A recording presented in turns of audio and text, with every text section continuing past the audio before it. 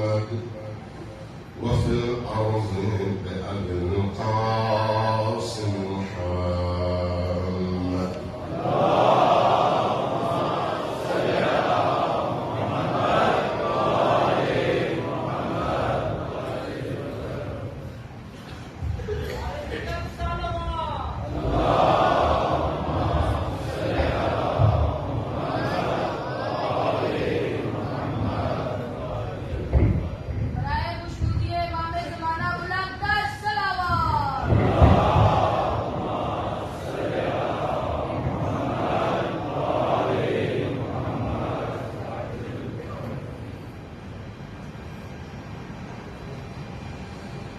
والصلاة والسلام على أولادها الطيبين الطاهرين المعصومين الميامين،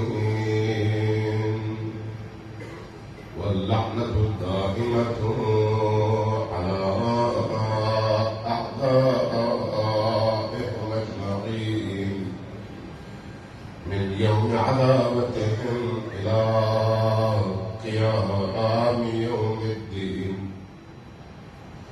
أما بعد، فقد قال الله تبارك وتعالى في كتابه المجيد وهو أصدق القائلين وقوله الحق. بسم الله الرحمن الرحيم. قل لا أسألكم عليه أجرا إلا المودة في القربى. السلام على الحسين وعلى علي بن الحسين وعلى أولاد الحسين وعلى أصحاب الحسين صلوات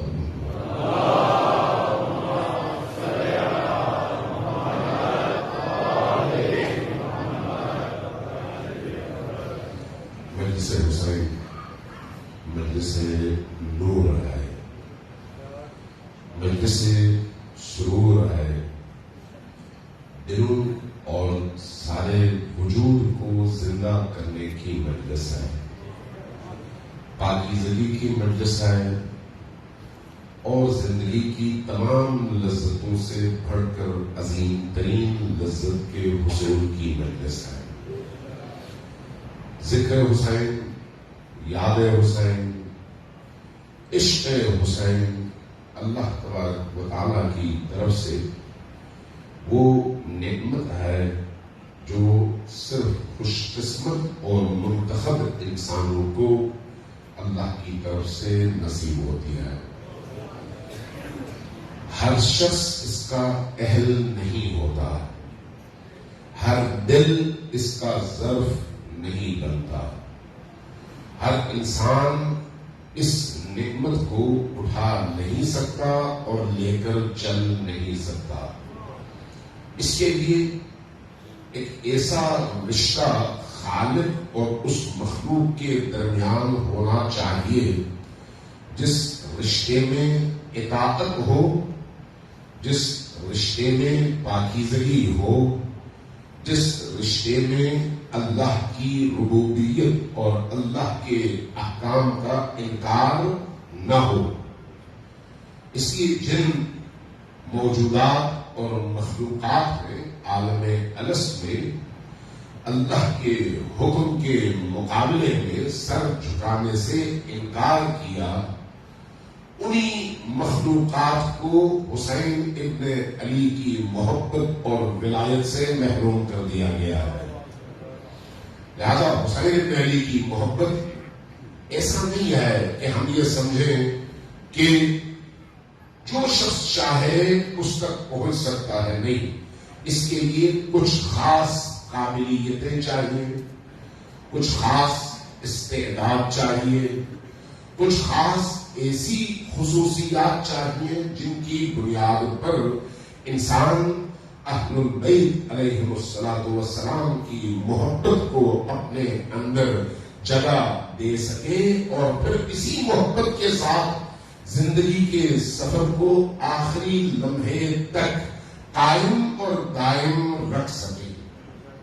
کیونکہ یہ جو محبت کا سفر ہے، عشق کا سفر ہے، ولایت کا سفر ہے، اس میں بعض اوقات اس حوالے سے دھوکہ کھا جاتے ہیں کہ اگر کسی نے حسین بن علی سے، ان کے جد سے، ان کے والد گرامی سے، ان کی والدہ گرامی سے، ان کے بچوں سے محبت کا اظہار کیا تو ہمارے دل نرم ہو جاتے ہیں. بات بھی درست ہے، چونکہ محبوب سے جو بھی محبت کرے گا محب کو خوشی ہوتی ہے. ہمارے اور حسین بن علی کے درمیان جو محبت کی نوعیت ہے وہ نوعیت ہی ایسی ہے جو کہ مادی نہیں ہے. مادی محبت اور معنوی محبتوں میں ایک بہت بڑا فرق موجود ہے، بہت بڑا فرق. وہ فرق کیا ہے؟ اگر مادی محبت ہو تو انسان اس محبوب کو حاصل تو کرنا چاہتا ہے، لیکن اگر کسی اور کے ہاتھ میں ہو تو اس سے چھیننا چاہتا ہے اپنے لیے. اس دور میں رقابتیں شروع ہو جاتی ہیں، اس دور میں دشمنیاں شروع ہو جاتی ہیں، اس دور میں جھگڑے شروع ہو جاتے ہیں، اور اسی رقابت میں نفرتیں جنم لیتی ہیں، اور ان نفرتوں کے نتیجے میں اور اس خود خواہی کے نتیجے میں اپنے لیے اس محبوب کو طلب کرنے کے نتیجے میں پھر ان دونوں افراد کے درمیان لڑائی شروع ہو جاتی ہے. اور اسی کو آپ کہتے ہیں مفادات کی لڑائی، چاہے وہ مال کے مفادات کے حوالے سے ہو، زمین کے حوالے سے ہو، کسی اور چیز کے حوالے سے ہو. جو بھی مادی محبت ہوگی اس میں اس کی خصوصیت یہی ہے.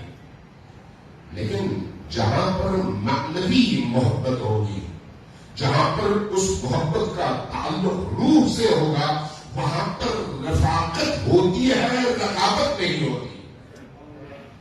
رقابت جب نہیں ہوتی تو پھر کیا ہوتا ہے؟ پھر اس محبوب کو چاہنے والا بھی انسان کو اچھا لگتا ہے، اور انسان چاہتا ہے کہ اس محبوب کو ہر انسان کے سامنے پیش کرے اور ہر انسان اس محبوب کو چاہے. جو بھی اس کو زیادہ چاہے، اس چاہنے والے سے آپ کے دل میں رقابت پیدا نہیں ہوتی، اس کے لیے محبت پیدا ہوتی ہے، اس کے لیے رقابت پیدا ہوتی ہے. جبکہ اس کے مقابلے میں مادی چیزوں میں نفرت پیدا ہوتی ہے، رقابت پیدا ہوتی ہے، مقابلے کا عنصر جنم دیتا ہے. اس لیے اہل البیت علیہ السلام کی محبت اگر کہیں پر نظر آئے تو خوشی طبیعی ہے، نیچرل ہے، فطری ہے. لیکن عقل یہ کہتی ہے کہ یہ کافی نہیں ہے جب تک وہ محب زندگی کے آخری لمحے تک اس محبوب کے ساتھ کھڑا نہ ہو اور اس کے دشمنوں سے بیزار نہ ہو. دونوں شرط ہے. جب آپ کہتے ہیں لا الہ الا اللہ محمد رسول اللہ، تو لا الہ الا اللہ کے اندر خود یہ تولہ اور تبرہ موجود ہے. لا الہ تبرہ ہے، الا اللہ تولہ ہے. تو یہ جو تولہ اور تبرہ کا آغاز آپ دین کے اندر داخل ہوتے ہوئے کرتے ہیں، یہی تولہ اور یہی تبرہ محمد رسول اللہ کے ساتھ بھی ہے اور علی امیر المؤمنین ولی اللہ کے ساتھ بھی ہے. لہذا صرف محبت کرنا کافی نہیں ہے، لیکن اگر محبت ہو ان ہستیوں سے اور دشمنی اور نفرت اور عداوت ہو ان سے دشمنی رکھنے والوں سے، تو پھر اس کیفیت کا انسان کی روح پر، اس کے وجود پر ایک خاص اثر مرتب ہوتا ہے. کوئی بھی کام دنیا میں ایسا نہیں ہے جو بے اثر ہو. کوئی بھی کام، اگر آپ کے سامنے کوئی شخص خدا نہ خواستہ آپ کی توہین کرتے ہوئے آپ کو گالی دے، گالی اس میں کوئی روڑا تو آپ کو نہیں مارا، کوئی لکڑ، کوئی پتھر، کوئی ایسی بھاری چیز تو آپ کو نہیں کھائی، اس نے صرف ایک لفظ پھینکا ہے اپنی زبان سے، لیکن اس لفظ کا اثر کہاں تک جاتا ہے؟ آپ کی روح متاثر ہوتی ہے، آپ کی سوچ متاثر ہوتی ہے، آپ کا سکون برباد ہو جاتا ہے. کیوں؟ لفظ کے اثر کی وجہ سے. جبکہ وہ لفظ کوئی گرم نہیں تھا کہ اس کی وجہ سے آدمی جلے، کوئی پتھر نہیں تھا کہ اس کی وجہ سے اس کا مادی بدن زخمی ہو. اس کا مطلب یہ ہے کہ لفظوں میں بھی اثر ہے، لفظوں میں بھی اثر ہے، چاہے وہ منفی ہو چاہے وہ مثبت ہو. اگر کوئی شخص آپ کی تعریف میں دو چار جملے گئے، ہر لفظ آپ کو اتنا پیارا لگتا ہے، آپ بار بار ذہن میں اس کو تکرار کرتے ہیں، اس نے میرے بارے میں یہ لفظ کہے. اور بعض اوقات ہمارے جو بہت سارے ایسے مؤلفین اور مصنفین ہوتے ہیں جو اپنی کتاب میں اپنے بارے میں دوسروں کی تقریرات اور دوسروں کے جملوں کو نمایاں کر کے لکھتے ہیں کہ انہوں نے میرے بارے میں یہ کہا. کیوں؟ اس لیے ان کو بڑا اچھا لگتا ہے کہ میری قرآن نے تعریف کیا. یہ کیوں اچھا لگتا ہے؟ اس لیے کہ لفظوں میں اثر ہے. جب لفظوں میں اثر ہے تو وہ اثر کس وجہ سے ہے؟ اس کے معنی کی وجہ سے. اگر وہ لفظ بے معنی ہوتا تو اثر ہوتا نہ ہوتا. اسلام جن الفاظ کے نتیجے میں ہم تک پہنچتا ہے وہ سارے کے سارے الفاظ کا معنی ہے. دین جن الفاظ کو ہمیں سکھاتا ہے، جو الفاظ اور ہمیں جن الفاظ کو پڑھنے کی تاکید کرتا ہے، وہ سارے کے سارے الفاظ زندہ بھی ہیں اور بامعنی بھی ہیں. اس لیے جب آپ کہتے ہیں یا علی تو اس یا علی کے اندر جو حروف ہیں وہ حروف زندہ ہیں اور اثر رکھتے ہیں. جب آپ کہتے ہیں یا حسین تو اس یا حسین میں جو حروف ہیں وہ زندہ ہیں اور اثر رکھتے ہیں. لیکن کب؟ جب انسان اس یا علی کے حوالے سے سنتے ہوئے اور بولتے ہوئے متوجہ ہو نہ ہو تو پھر وہ اثر نہیں جاتا. تمام عبادات میں یہی ہے. ہم جب نماز پڑھتے ہیں، ہم جب روزہ رکھتے ہیں، ہم جب باقی عبادات کرتے ہیں، حتیٰ قرآن کریم پڑھتے ہیں، زیارات پڑھتے ہیں اور بہت ساری عبادات ہیں جن کا اظہار ہم اپنی زبان سے کرتے ہیں، اعضاء و جوارح سے کرتے ہیں. جو عبادات ہماری زبانوں سے جاری ہوتی ہیں اور جن کی ادائیگی کے لیے ہمارے اعضاء اور جسمانی مختلف حصے رکوع و قیام و قعود اور مختلف شکلوں میں مختلف حرکتیں بجا لاتے ہیں، اگر خود انہی الفاظ اور انہی اعمال میں اندر روح ہو تو وہ روح، وہ معنی، وہ توجہ انسان کے اندر تبدیلی کا باعث ہے. اسی لیے نماز کے بارے میں کیا کہا گیا؟ ان الصلاۃ تنہی عن الفحشاء والمنکر. نماز فحشاء سے، بے حیائی سے، برائیوں سے روکتی ہے. قرآن نے کہا کب روکتی ہے؟ جب اس نماز میں آپ جو کچھ پڑھتے ہیں اس کی طرف متوجہ ہو کہ میں کیا پڑھ رہا ہوں. اداکاری ہے سید الشہداء انسان کو زندہ کرتی ہے. کب؟ جب انسان متوجہ ہو کہ میں کون سا عمل انجام دے رہا ہوں. اداکاری ہے سید الشہداء روح ہے انسانی کے اندر ایک نورانیت پیدا کرتی ہے. کب؟ جب اس کو روٹین کا میٹر قرار دے کر وقت گزارنے کا ذریعہ نہ بنائے بلکہ ارتقاء اور اللہ کی طرف پرواز کا ذریعہ بنا کر اپنی پوری ہستی کے ساتھ آزاداری کی مجلس میں حاضر ہو.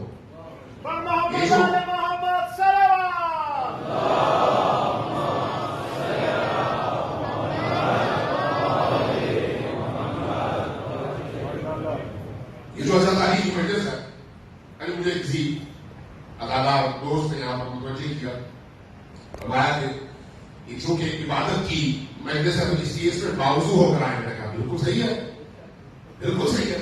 جو لوگ نماز کے لیے آتے ہیں وہ تو ہوتے ہی باوضو ہیں، لیکن جو لوگ نماز کے بعد آتے ہیں وہ کیا کریں؟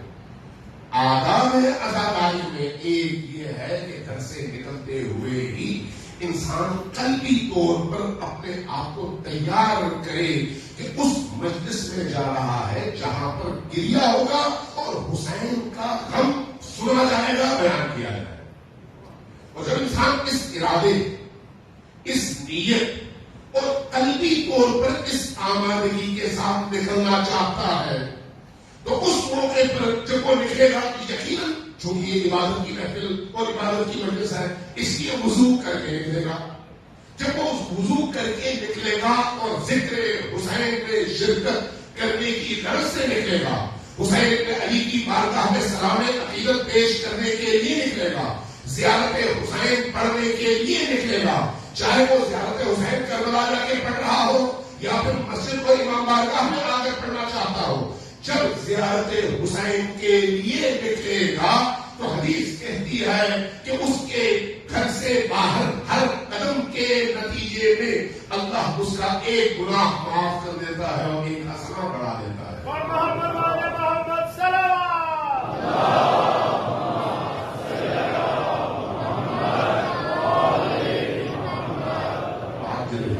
شرط کیا ہے؟ انسان آمادگی کے ساتھ نکلے، تیاری کے ساتھ نکلے، اس شعور اور آگہی کے ساتھ نکلے.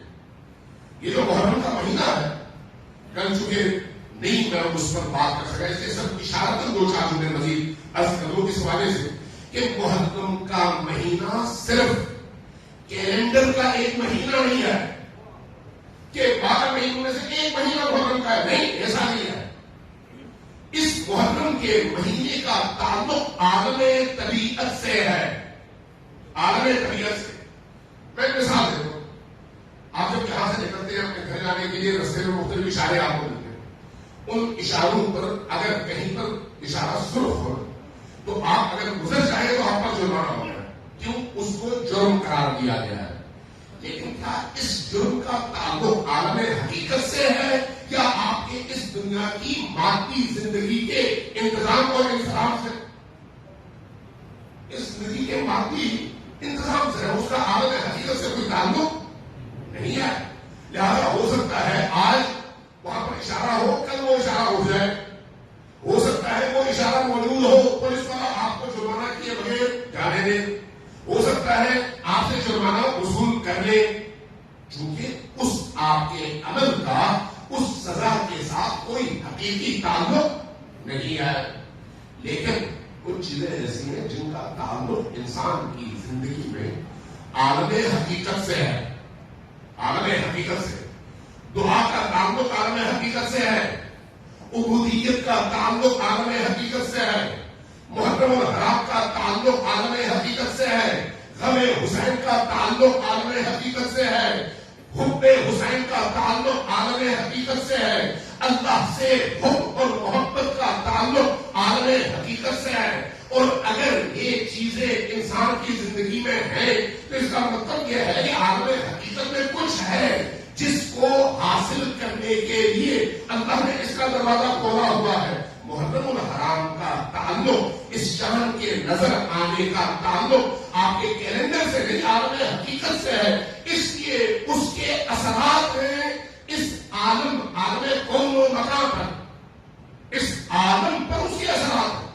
اور وہ اثرات ہو سکتا ہے بعض اوقات آپ کو ان آنکھوں سے نظر آئے اور بعض اوقات آپ کو نظر نہ آئے.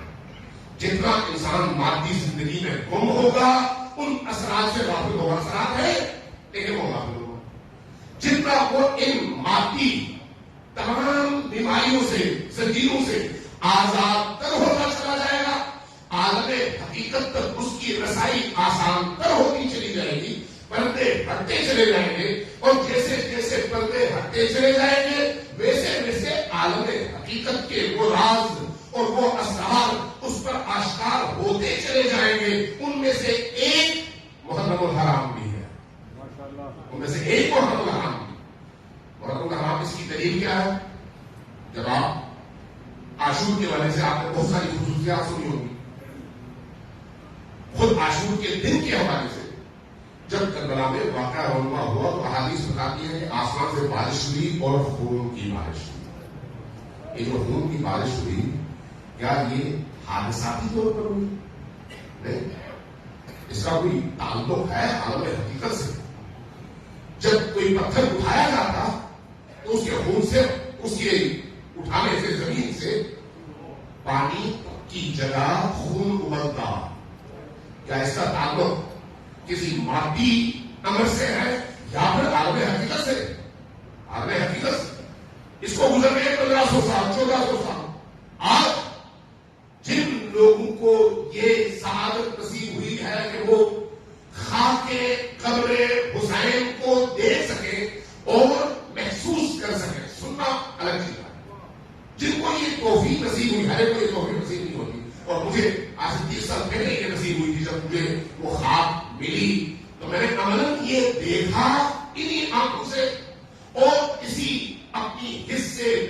گہرائی سے اس کو میں نے سونا اور مشاہدہ کیا اور اس حقیقت تک پہنچا جس حقیقت کو ائمہ اطہار نے احادیث میں بیان کیا ہے. آج اپنی سامنے کی بات وہ کیسے؟ جب کہا جاتا ہے عاشور کا دن عصر کے وقت تربت حسینی جو کہ قبر حسین کی مٹی ہے، قبر حسین کربلا نہیں، یہ کربلا پورا شہر ہے لیکن یہ بات ہو رہی ہے تربت قبر حسین. تربت حسین میں یہ تبدیلی آتی ہے کہ وہ اس کی رنگت تبدیل نہیں ہوتی بلکہ وہ خون میں تبدیل ہو جاتا ہے. وہ تربت خون میں تبدیل ہو جاتی ہے، وہ مٹی خون میں تبدیل ہو جاتی ہے. اور پھر اس کی دوسری خصوصیت ساتھ ساتھ جس کے پاس بھی ہو اس سے عطر والی خوشبو آتی ہے، مٹی کی خوشبو نہیں، عطر والی خوشبو. اس کا کیا مطلب ہے؟ اس کا کوئی تعلق ہے نا عالم حقیقت سے. یہ مٹی اگر عصر عاشور خون میں تبدیل ہوتی ہے تو اس کا مطلب ہے عالم حقیقت میں کچھ ہو رہا ہے، کچھ ہو رہا ہے. اس ہونے والے واقعے کے مشاہدے کے لیے ان آنکھوں کی نہیں بلکہ دل کی آنکھ کی ضرورت ہے.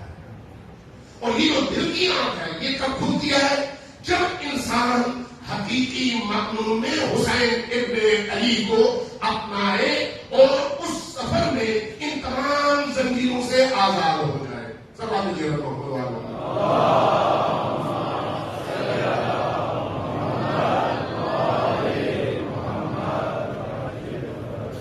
کہیں اور بھی یہ واقعہ نقل کیا تھا، آپ کو بھی سنا دیتے ہو چکے. واقعی ایسا ہے جس سے انسان کی روح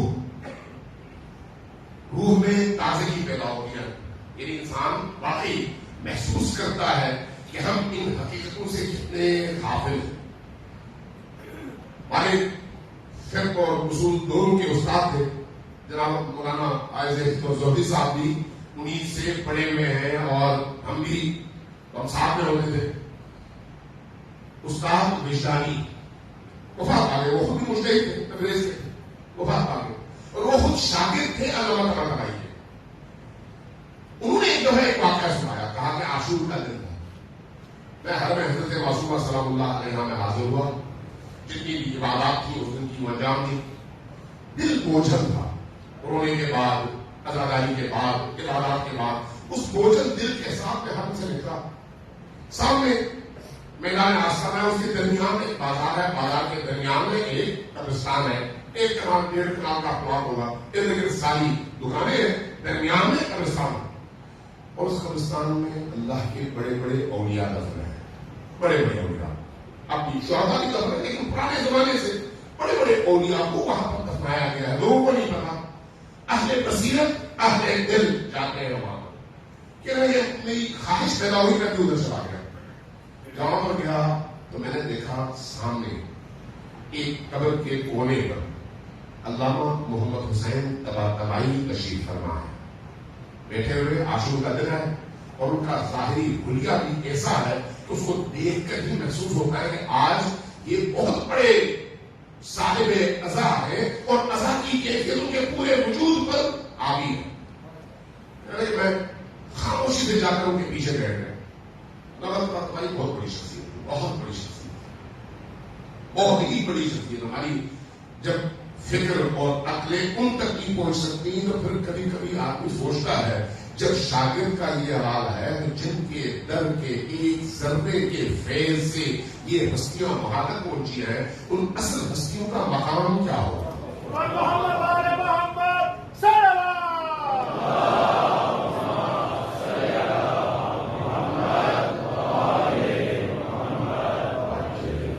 صاحب بصیرت شخصیت جو ان آنکھوں سے نہیں اس آنکھ سے دیکھنے والی شخصیت. کہتے میں ان کے پیچھے کافی دیر بیٹھ گیا، بیٹھا رہا. جب ان کی عبادت ختم ہوئی تو انہوں نے پیچھے مڑ کر میری طرف دیکھ کر بغیر کسی مقدمے کے اس سے پوچھا کہ تمہیں پتا ہے کہ آج کیسا دن ہے؟ تو مجھے تو پتا ہے کہ آج عاشور کیلنڈر کا محرم میں 10واں دن ہے. اس کا مطلب ہے استاد مجھ سے یہ نہیں پوچھتے کہ آج کون سا دن ہے، وہ کچھ اور حقیقتوں کی طرف مجھے متوجہ کرنا چاہتے ہیں. میں نے کہا استاد آپ ہی بتائیے آج کیسا دن ہے؟ فرمایا آج وہ دن ہے جب کائنات کا ذرہ ذرہ حسین ابن علی کے قتل ناحق کے غم میں خون کے آنسو رو رہا، کائنات کا ذرہ ذرہ، یہ کہا زمین پر ہاتھ رکھی، مٹی اٹھائی، میرے سامنے یوں ہتھیلی کھول دی تو میں نے دیکھا ان کے ہاتھوں میں جو مٹی تھی مٹی نہیں تھی، سارے کا سارا خون تھا۔ یہ کیا ہے؟ یہ لوگوں کی بنائی ہوئی چیز نہیں ہے، قراردادی نہیں ہے، یہ عالم حقیقت ہے، صرف پردہ ہٹنے کی دیر ہے۔ جن کو نہیں معلوم، جن کے اندر ایمان نہیں ہے، جن کے ایمان کا لیول اتنا کمزور ہے، ان پر ٹائم ضائع کرنے کی کوئی ضرورت نہیں ہے۔ یہ وہ حقیقتیں ہیں کہ کوئی انکار کرے یا نہ کرے، کائنات کی حقیقت ہے۔ لہذا جب محرم کا چاند نظر آتا ہے تو کائنات کی اس پوری حقیقت میں ایک تبدیلی آتی ہے۔ اب اللہ کا ارادہ یہ ہے، مشیت یہ ہے، اہل بیت کی تعلیمات یہ ہے کہ یہ جو باشعور اور مختار انسان ہے وہ اس کائنات کی تبدیلی کے ساتھ ساتھ خود ہم آہنگ ہو اور اپنے اندر بھی تبدیلی کر کے کائنات کی اس فطرت کے ساتھ خدا کی طرف سفر کا آغاز کرے۔ محرم اس سفر کے لیے ہے، انسان روح کے ساتھ، فکر کے ساتھ، ارادے کے ساتھ، نیت کے ساتھ، پاکیزگی کے ساتھ، نورانیت کے ساتھ، عشق محمد و آل محمد کے ساتھ اور معرفت کے ساتھ اس سفر کا آغاز کرے اور ہر گزرتے دن کے ساتھ ارتقائی منزلیں طے کرتے ہوئے اس مقام تک پہنچے جو مقام اس کی ظرفیت کے مطابق اس کے انتظام ہے۔ سب آپ مجھے محمد و آل محمد۔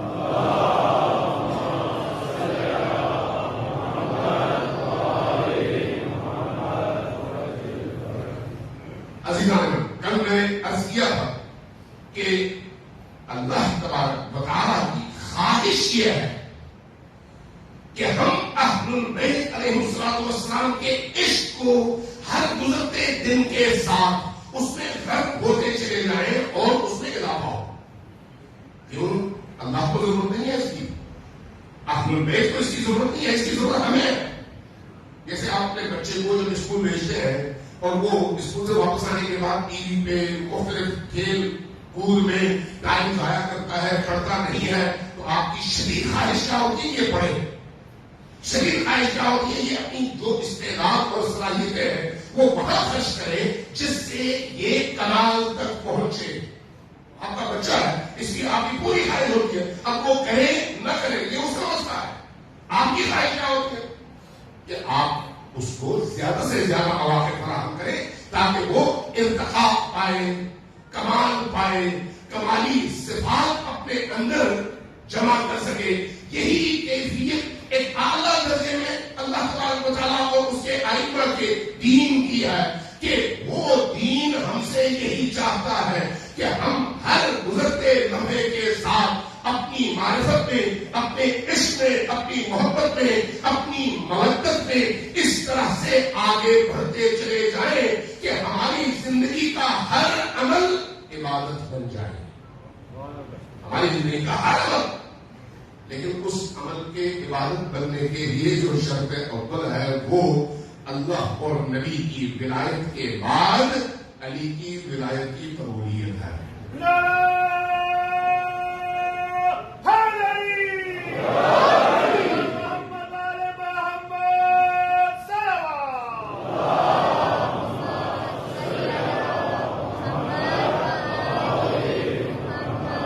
علی کی ولایت کی قبولیت کے بغیر انسان اس مقام تک پہنچ ہی نہیں سکتا، ممکن نہیں ہے۔ آج میری طرح اتنا ٹائم ملے یا نہ ملے، جتنا ملے گا میں وضاحت کروں گا۔ امام جعفر بن صادق علیہ السلام کی ایک روایت ہے،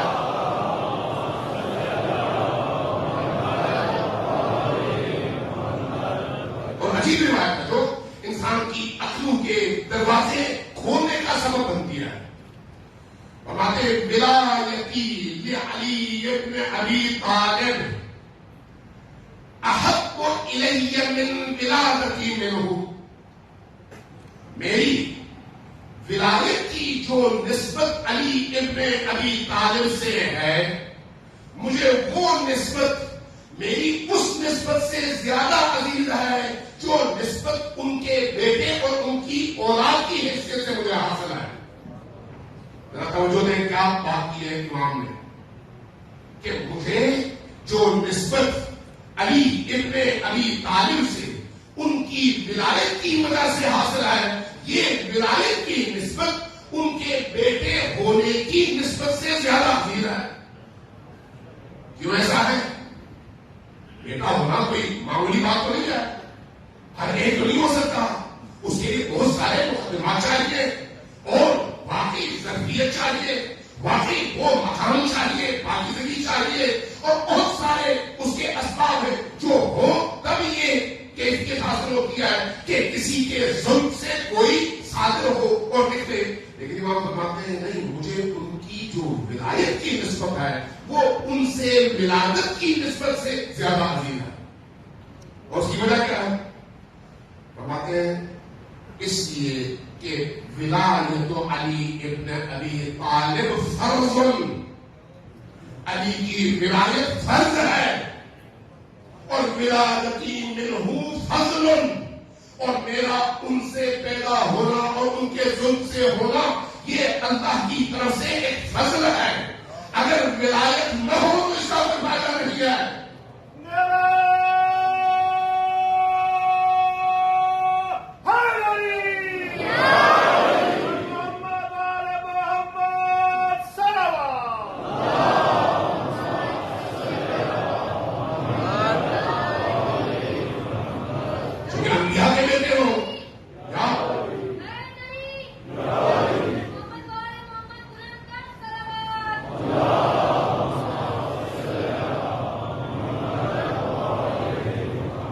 انبیاء کے بیٹے ہوں، اولیاء کے بیٹے ہوں، یا فرض کریں خود ائمہ اطہار علیہ السلام کے بیٹے ہوں، جب ہمارے لیے ان کا مقام قابل احترام ہے جب ان کے اندر ولایت بھی موجود ہو۔ ولایت، اس کی یہ جو ولایت ہے اللہ کی طرف سے فرض ہے، فرض اسی طرح جس طرح سے نماز فرض ہے، لیکن اس فرق کے ساتھ کہ ولایت کی جو فرضیت ہے وہ باقی تمام چیزوں کی نسبت بھاری ہے، یہ ہے تو باقی تمام فرائض ہے، یہ نہیں ہے تو کوئی فریضہ کسی کام کا نہیں ہے۔ مجھے نہیں معلوم بھاری کی بات آپ یا پھر ایسی گزر گئی، یہ تو سوال ہے جناب محمد والے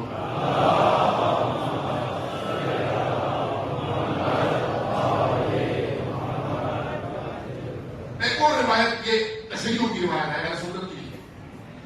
تشیع تو میں عام طور پر کوشش کرتا ہوں اہل سنت کے منابع سے روایات آپ کی خدمت میں نقل کروں، ہمیشہ میری کوشش یہ ہوتی ہے کیونکہ جو ہمارا مدعا ہے اس کی تعریف کے لیے خود اہل سنت کے منابع اور احادیث کی کتابوں میں اتنی روایتیں ہیں کہ ان کی موجودگی میں پھر آپ کو کسی شیعہ روایت کی ضرورت بھی باقی نہیں رہتی، اگرچہ ضرورت ہے لیکن ثابت کرنے کے لیے وہی روایتیں کافی ہیں، وہی روایت۔ میں یہ جو روایت ہے یہ تشیع کی معتبر کتابوں میں سے آپ کی خدمت میں پیش کرتا ہوں۔ ایک دو سوال مجھے محمد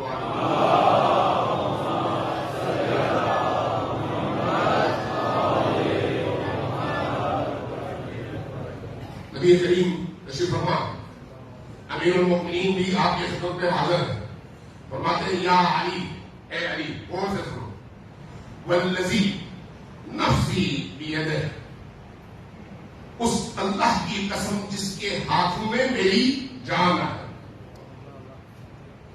والذی بعثنی بالنبوہ، اس اللہ کی قسم جس نے مجھے نبوت پر مبعوث فرمایا ہے، واصطفانی علی جمیع بریتہ، جس نے تمام عالم میں سے مجھے چنا ہے، اس خدا کی قسم ہے، لو اگر ان عبدن، کوئی ایک اللہ کا بندہ، عبد اللہ الف عام، میں نے حساب لگایا اور مفسرین کو دیکھا کہتے ہیں 8 کروڑ سال، میں سادہ لفظوں میں اگر کہوں تو فرمایا کہ اگر کوئی عبد، کوئی بندہ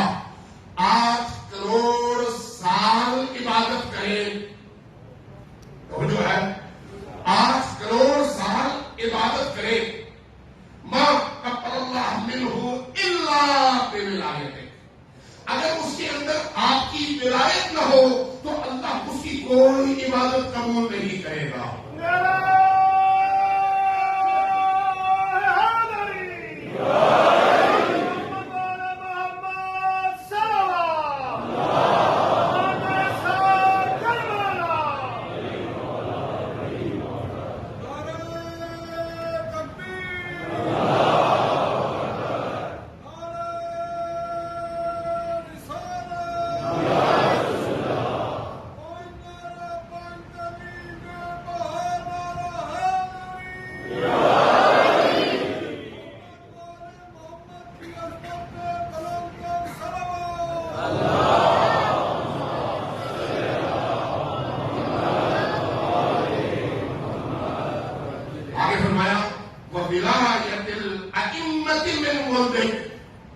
صرف آپ کی ولایت بلکہ آپ کی اولاد میں سے جتنے ولی گزریں گے اگر ان کی ولایت میں داخل ہوئے بغیر ایک عبد خدا اللہ کا بندہ 8 کروڑ سال عبادت کرے تو اس کی عبادت کی کوئی حیثیت نہیں ہے۔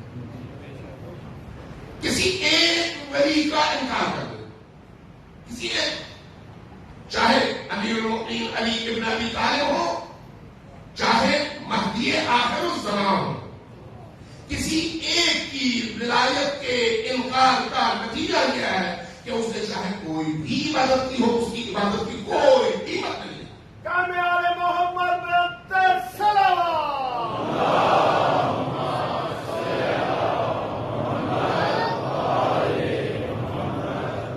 یہ ہے تولا کا پہلو، تولائی پہلو، اور دوسری طرف تبرعی پہلو ہے۔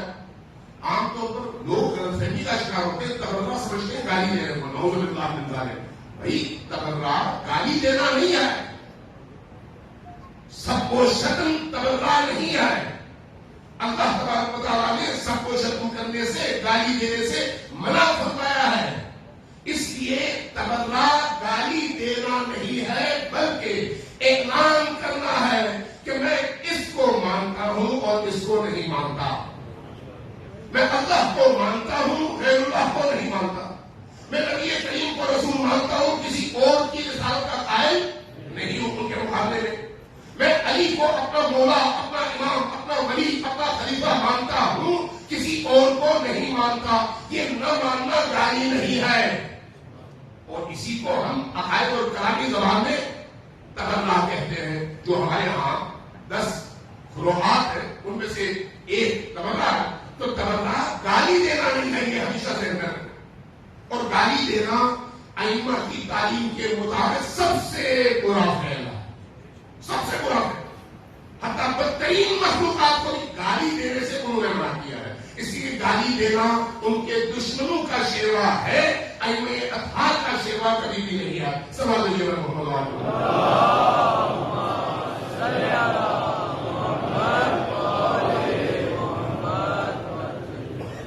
اور اس کے بعد ایک جملہ ارشاد فرمایا، بڑا عجیب فرمایا کہ وَإِنَّ وِلَایَتُكَ، اور یہ یاد رکھیے کہ آپ کی ولایت، ان ولایت ہے، لا تقبل، یہ ولایت قبول نہیں ہوتی، الا بالبراءۃ من اعدائک، جب تک آپ اور آپ کی اولاد میں جتنے ولی آتے ہیں ان کے دشمنوں سے انسان بیزار اور ان سے اپنی لائن الگ نہ کرے، الگ نہ کرے۔ صرف محبت کافی نہیں ہے، صرف محبت نہیں بلکہ اس محبت کے نتیجے میں ان سے جڑنا اور ان کے دشمنوں سے کٹ جانا۔ سوال لیجیے گا محبت والوں۔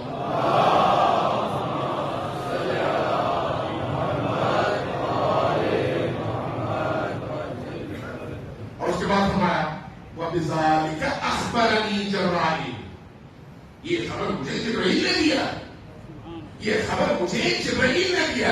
اب آگے فرماتے ہیں جس کا جی چاہے قبول کر لے، جس کا جی نہیں چاہتا قبول نہ کرے، لیکن یہ حقیقت ہے کہ اللہ کی بارگاہ میں اگر کوئی عمل قابل قبول ہے تو اس قابل قبول عمل کی قبولیت کا معیار علی سلام ہے جناب محمد علیہ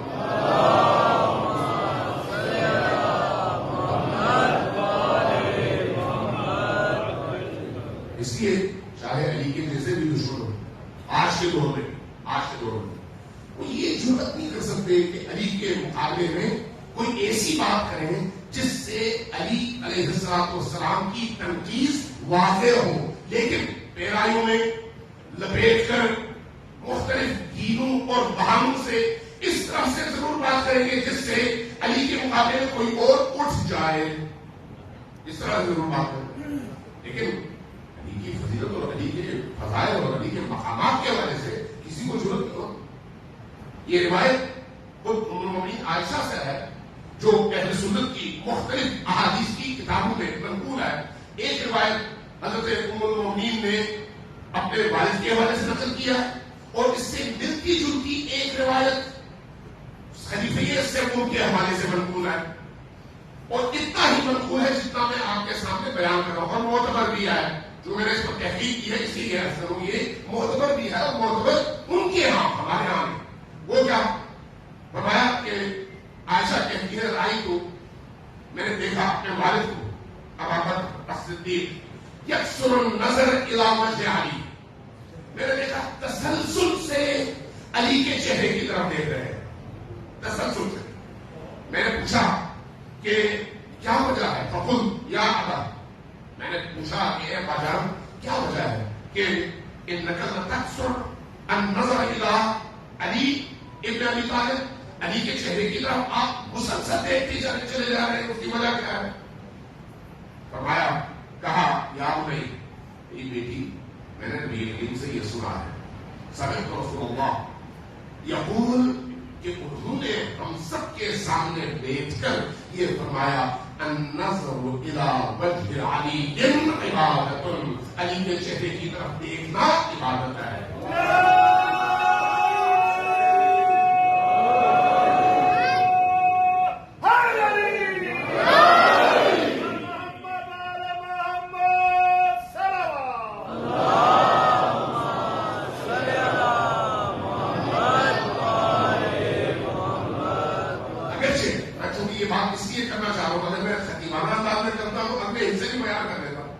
لیکن یہ حصہ سب کے پاس معتبر ہے، باقی دو حصے ہمارے ہاں معتبر ہے، ان کے منابع احادیث میں معتبر ذرائع سے کسی نے نقل نہیں کیا، اس لیے میں وہ دعویٰ نہیں کرتا، لیکن ہمارے ہاں موجود ہے کہ ام المؤمنین نے پوچھا کہ یہ کب ہوا؟ کہا جب ہم نبی کریم کی بارگاہ میں تشریف فرما تھے بیٹے میں، کہا اس کے بعد کچھ اور بھی ہوا؟ کہا بات لوگوں نے اس کا پوچھا کہ یا رسول اللہ ہم تو باہر سے آئے ہوئے، مدینہ میں نہیں رہتے، تو کیا یہ عبادت صرف اہل مدینہ کے لیے ہے؟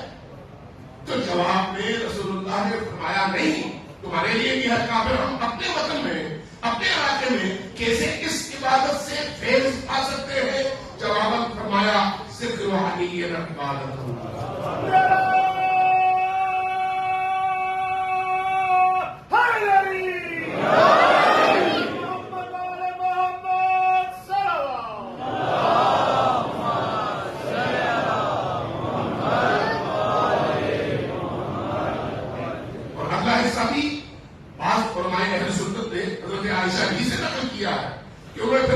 اس کے بعد جو بھی ہوا کہا وہ کیا ہوا؟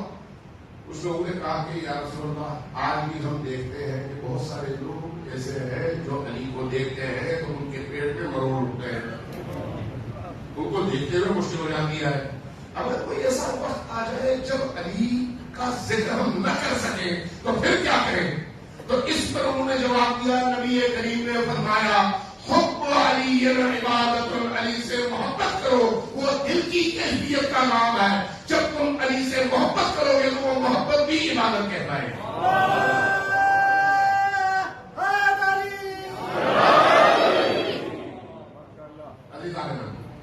اہل البیت علیہ السلام کی محبت جتنی بڑھتی چلی جائے گی، اگر معرفت کے ساتھ ہو تو انسان اپنے عملی زندگی کا سانچہ پھر علی کو بناتا ہے اور اولاد علی کو بناتا ہے۔ جب عملی زندگی کا سانچہ وہ بن جائے تو پھر انسان بدن کے حوالے سے نہیں، اپنی روح کے حوالے سے اپنے کردار کے حوالے سے اس سانچے میں ڈھلنے لگتا ہے، اور جیسے جیسے اس سانچے میں ڈھلنا شروع ہو جاتا ہے ویسے ویسے ان کا قرب حاصل ہونا شروع ہو جاتا ہے، اور جیسے جیسے اس قرب میں اضافہ ہوتا چلا جاتا ہے وہ زمین سے اٹھتا ہے اور آسمانی بنتا چلا جاتا ہے۔ سماج جیون محمد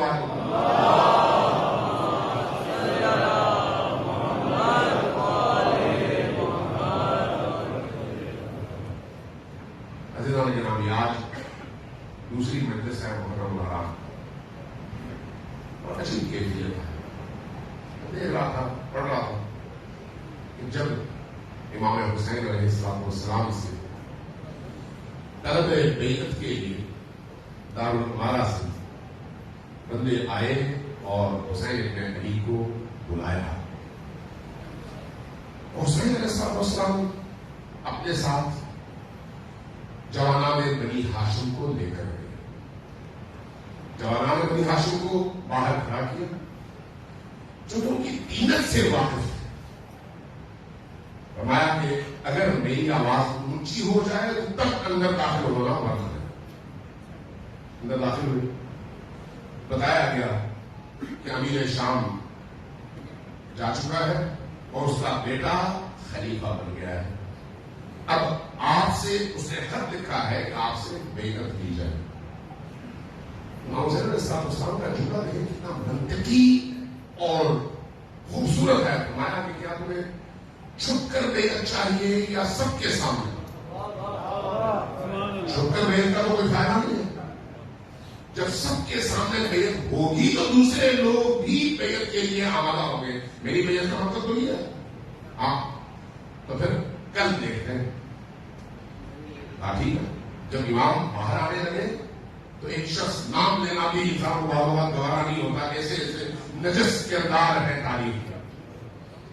کہنے لگا کہ اے امیر، اگر تم نے حسین ابن علی کو جانے دیا تو پھر وہ ہتھیلی چڑھیں گے دوبارہ۔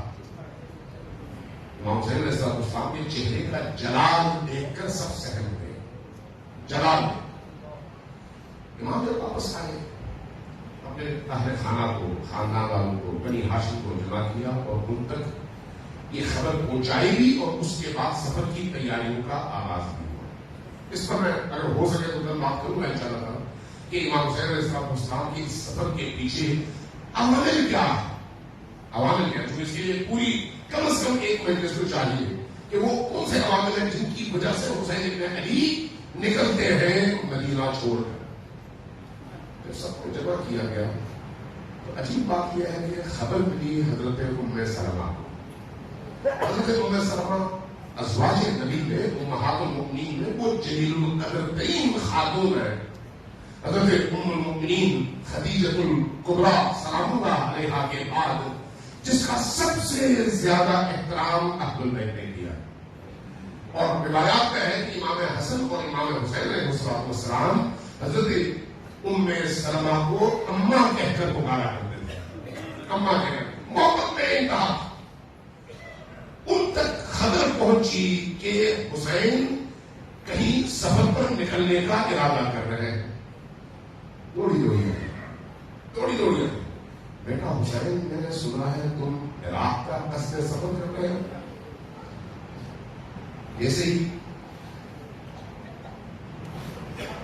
یہ جملہ کہا، حسین ابن علی نے سر اٹھایا، کہا ہاں اما جان، اب وہ وقت آ گیا ہے جس میں میں نے اپنے کیے ہوئے وعدے پر عمل کرنا ہے۔ فرمایا بیٹا حسین عراق نہ جاؤ۔ کہا کیوں؟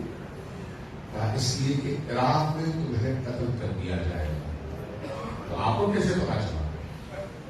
بیٹا تمہارے جد رسول اللہ نے مجھے ایک دن روتے ہوئے خواب کی ایک شیشی عطا کی تھی، اور اس کو مجھے یہ فرمایا تھا کہ ام سلمہ ایک وقت آئے گا، کوئی اور تو ہوگا نہیں، تم ہوگی، تو جب میرا بیٹا حسین کربلا میں قتل ہو، اس وقت اس شیشی کے اندر مٹی کو دیکھ لینا، یہ خون میں تبدیل ہو جائے تو سمجھ لینا کہ میرا بیٹا حسین کربلا میں شہید ہو گیا۔ ام سلمہ نے جب روتے ہوئے یہ عرض کیا، یہ فرمایا امام حسین علیہ السلام گلے لگے، رونے لگے، روتے ہوئے کہنے لگے کہ اماں جان آپ کو کیا معلوم، کیا آپ سمجھتی ہیں کہ مجھے نہیں معلوم کہ میں قتل ہو رہا ہوں؟ کیا آپ کو نہیں معلوم کہ میں یہ ساری چیزیں پہلے دن سے جانتا ہوں؟ آپ چاہیں گی کہ میں وہ سرزمین آپ کو دکھاؤں جہاں پر میرے قتل ہو رہا ہے؟ حضرت ام سلمہ روایت کہتی ہے، شیخ صدوق کی روایت کہتی ہے کہ حضرت ام سلمہ نے فرمایا کہ ہاں بیٹا مجھے دکھاؤ۔ دو طرح سے نقل ہوا ہے، ایک یہ کہ حضرت امام حسین نے آپ کی آنکھوں کے سامنے کو ہاتھ کا اشارہ کیا تو زمین سمٹ گئی، کربلا اٹھ کر سامنے آ گیا، اور وہ منظر سامنے آیا جس میں امام حسین علیہ السلام اپنے اصحاب کے ساتھ خون میں لت پت رہے۔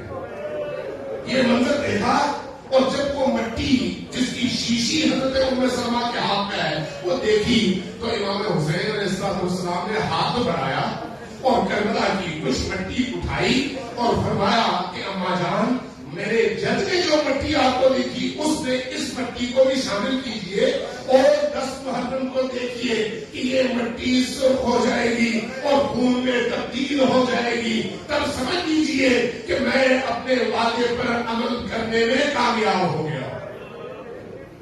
حضرت امام حسین اس طرح سے مدینہ سے نکلے، اس طرح سے۔ لیکن جب حضرت ام سلمہ کو بتا رہے ہیں کہ مدینہ میں کہ کربلا میں کیا ہوگا، تو وہاں پر کیا کہتے ہیں، کس طرح سے منظر کشی کرتے ہیں؟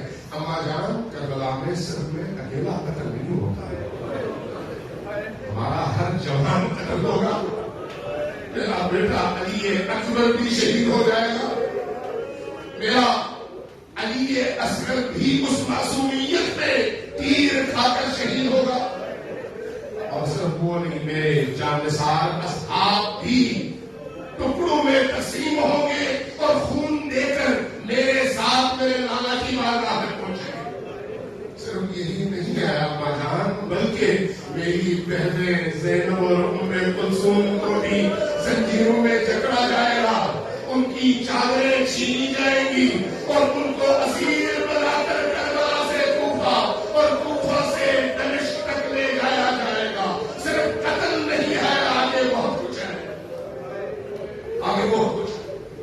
جب میں اصحاب حسین ابن علی کی تاریخ پڑھتا ہوں تو دیکھتا ہوں کہ امام حسین علیہ السلام کو کیسے کیسے اصحاب اور کیسے کیسے جانثار ملے ہیں۔ ان جانثاروں میں ایک حر ابن یزید ریاحی ہے۔ حر ابن یزید ریاحی کی تاریخ پڑھ رہا تھا، میں نے عجیب چیز دیکھی، عجیب چیز، اور یہ امام صادق علیہ السلام کی روایت میں دیکھی۔ وہ کیا ہے، جب یہی حر لشکر یزید کی سپہ سالاری میں نکل رہا تھا تو ایک دفعہ اس نے اپنے کانوں سے پیچھے سے ایک آواز سنی، اے حر تمہیں جنت مبارک ہو۔ پیچھے مڑ کے دیکھا کوئی نہیں، آگے بڑھا، دوبارہ وہی آواز سنی، پیچھے مڑ کے دیکھا کوئی نہیں، آگے بڑھا، پھر وہی آواز سنی، پیچھے دیکھا کوئی نہیں، اپنے آپ کو مخاطب کیا اور کہا سکلت کا امک، تمہاری ماں تم پر روئے، تم جا رہے ہو حسین کا رستہ روکنے اور آواز آ رہی ہے بہشت کی طرف جا رہے ہو، اس میں راز کیا ہے، اس میں راز کیا ہے، کیسے تم بہشت کی طرف جا سکتے ہو اگر تم حسین کا رستہ روکنے جا رہے ہو؟ اس لیے آپ دیکھیں کہ جب حسین بن علی کے قافلے کا رستہ حضرت حر نے روکا ہے تو اس وقت بے ادبی کوئی نہیں، بے ادبی کوئی نہیں، یہاں پر روکا اور گھوڑے کی باگوں میں ہاتھ ڈالے اور روکنے کی کوشش کی تو وہاں پر امام حسین علیہ السلام کا مکالمہ دیکھیے۔ اس مکالمے میں جب امام حسین فرماتے ہیں سکلت کا امک، تمہاری ماں تم پر روئے، حر یہ تم کیا کر رہے ہو، تو جواب سے کیا کہا، اے امام حسین آپ نے میری ماں کا نام تو لیا لیکن میں آپ کی والدہ کا نام نہیں لیا، آپ کو بھی جانتا ہوں اور آپ کے خاندان کو بھی جانتا ہوں، آپ کو بھی جانتا ہوں اور آپ کی والدہ گرامی کو بھی جانتا ہوں۔ یہ کہا اور پھر بغیر کسی بے ادبی کے، لیکن اس میں ایک منظر تھا کہ جب یہ واقعہ ہوا تو پہلی دفعہ جو دکھ ہوا وہ دکھ حضرت زینب سلام اللہ علیہا کو تاریخ بتاتی ہے کہ پہلا اس سفر میں سب سے پہلی جو تکلیف پہنچی ہے وہ ہر کے لشکر کا رستہ روکنے کے نتیجے میں زینب بنت علی کو پہنچی ہے. اس لیے زینب کا دل بڑا دکھی تھا.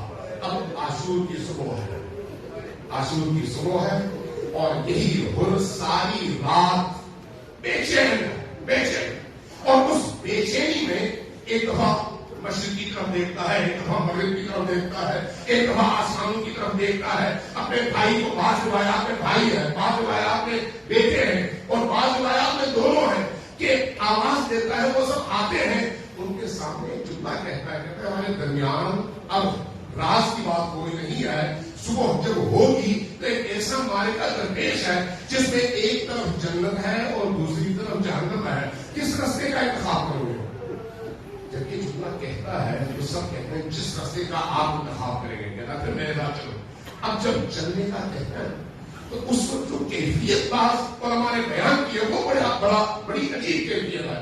کس طرح سے اپنے بیٹوں سے کہا کہ بچوں آؤ میرے دونوں ہاتھ میرے پسے گردن باندھ دو, مجھے اس طرح سے باندھ دو کہ میں ایک اسیر کی صورت میں حسین ابن علی کی بارگاہ میں حاضر ہوں. اب بابا جان وہ کیوں؟ کہا کہ میں مجرم ہوں حسین ابن علی کا, میں مجرم ہوں حسین ابن علی کا, میں نے حسین کا رستہ سب سے پہلے روکا ہے, اس لیے میں مجرم کی صورت میں ان کی بارگاہ میں جنم تھا. اس صورت میں جب حسین ابن علی کی بارگاہ میں آئے تو بعض علماء نے لکھا ہے کہ اس وقت گھوڑے سے آرام سے اترے نہیں, گھوڑے کی پشت سے اپنے آپ کو گرا دیا اور حسین ابن علی کی قدموں میں آ کر اپنا سر رکھ دیا.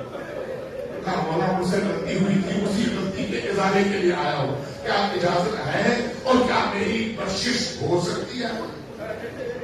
مولا کرامت کے امام ہے, فرمایا کہ ہاں ضرور ہو سکتی ہے, جب تم دل سے ہماری طرف آ گئے ہو تو تمہاری بخشش بھی ضرور ہوگی. اب صبح عاشور, بعض روایات میں یہ ہے کہ اس حملے میں بہت سارے لوگ شہید ہوئے, لیکن پہلا شخص جس نے خود سے جا کر یزیدی فوج کا مقابلہ کیا اور درکارا وہ ہر ابن یزید علی ہے. لڑے, ایک وقت وہ آیا جب زخم کی تاب نہ لا کر زمین پر گرے تو اس وقت ہر کی زبان سے جو جملہ نکلا وہ یہ ہے مولا حسین اب آئیے اپنے اس مجرم کو ذرا حوصلہ دیجیے. مولا حسین کو پکارا, مولا حسین تشریف لائے. جب تشریف لائے ہر کا سر اٹھایا اپنی گود میں رکھا. جیسے ہی اس کا سر اٹھا کر اپنی گود میں رکھا ہر نے آنکھیں کھولی, کھول کر کہا مولا آپ مجھ سے راضی ہیں, آپ مجھ سے راضی ہے. مولا نے جملہ فرمایا کہ اے ہر تمہاری ماں نے تمہارا نام درست طور پر ہر رکھا تھا, تم دنیا میں بھی آزاد ہو اور آخرت میں بھی آزاد ہو, تمہیں مبارک ہو جنت کی. ہر کے سر سے خون بے تحاشا بہ رہا تھا, بے تحاشا بہ رہا. وہ لوگ خون بہ رہا تھا, اس کو روکنے کے لیے حسین ابن علی نے اپنی ماں نکالی اور ہر کی پیشانی باندھ دی تاکہ خون رک سکے. اب تاریخ یہ بتاتی ہے کہ ابھی کچھ عرصے پہلے قاجاریوں کے زمانے میں جب قبر کی تعمیر کے لیے کھودی گئی تو دیکھا لاش بالکل تر و تازہ ہے اور پیشانی پر وہی رومال بندھا ہوا ہے. تو قاجار کے بادشاہ کی خواہش کی کہ کسی طرح سے یہ رومال میرے ہاتھ میں آئے. حکم دیا کہ رومال کھولو, کسی اور رومال سے باندھ دینا. رومال جیسے ہی کھولا گیا تازہ خون کا فوارہ نکلا.